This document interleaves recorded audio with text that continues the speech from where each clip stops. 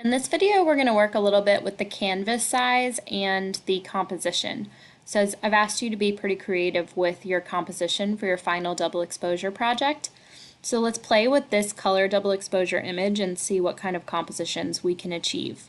So one thing we can do is we can change the canvas size so we have more room. So I'm going to go to image, canvas size. We can always crop this later, but let's go ahead and make this 40 inches by 28. So I've just doubled it. You can zoom out with Control minus, so you can see that it looked like I had done enough to make these two images perfectly overlap, but we still have a little blue space here. So I do have some things that I need to work on with this picture to make it exactly the way I want. So I can still move these independently of each other.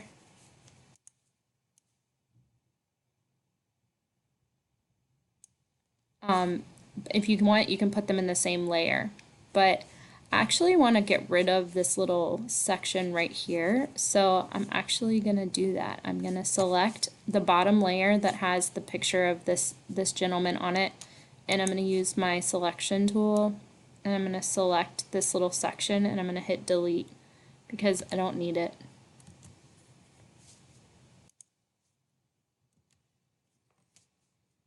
Oh. It's not on that picture, it's on her picture. So delete that off of her picture. So you have to be on the right layer. I'm going to hit Control D to get rid of my selection, or you can go up to Select, Deselect, and that's Control D. So there's my first image. One thing you could do is we could reflect this image all the way around.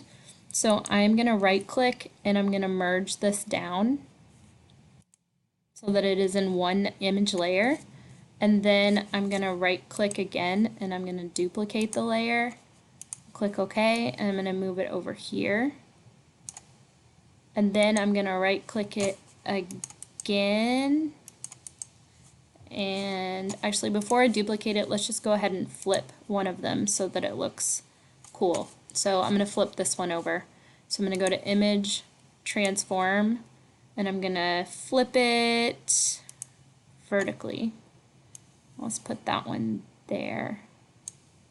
So now we have this cool effect where they kind of morph into a reflected being. And then I'm going to merge that down into one image. Right click, duplicate layer. So I have two of them, so let's put one over here. Line it up, the guides will automatically help you. And then I actually want to flip this. So transform, and I want to flip this horizontally. So we just have this little seamless line in the middle that I'm not sure that I really like. So we can fix that by merging these down, and then you can either create something new that goes on top of this. I just came up with a cool idea. It'd be really fun if we took a landscape and put it all the way across the whole thing. So let's take these trees, and I'm going to bring them into this picture. So we're going to drag them up. We are going to go back to the male profile, which is where I have these things, and we're going to drop them. Now you see that they look kind of dumb because they're really small. So I'm going to hit Control T, and we're going to try to resize these by holding down Shift, and I'm going to press Enter. So it's going to take some masking to get this to be effective and look cool, but in order to get it to work, I'm going to make it so that it's the same size as the picture. So I'm going to do Control T again, hold down Shift, and press Enter. So now it takes up the whole picture. I'm going to change the blending modes from normal to multiply. That's usually where I start, and then you just kind of keep going and seeing if that actually looks really cool, seeing if you can get somewhere.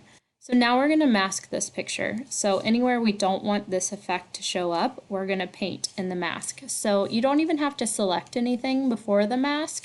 You can actually just hit mask, and then you can take your black paintbrush, so make sure your foreground color is black.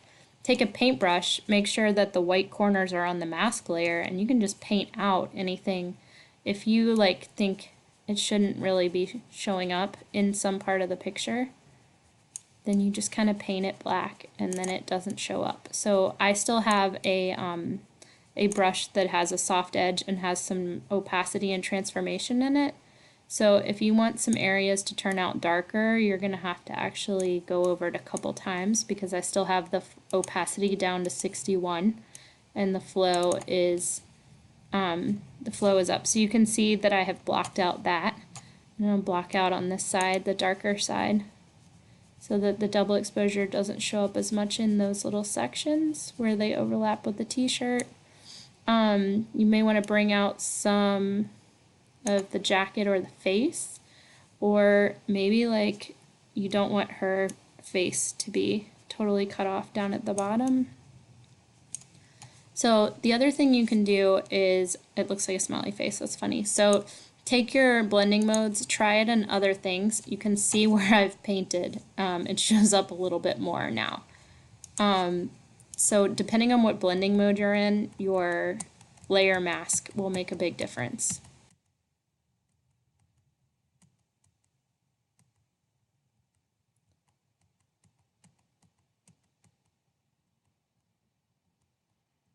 So I've asked you guys, this actually looks really cool. I've asked you guys to work on your compositions so that the composition itself is very interesting.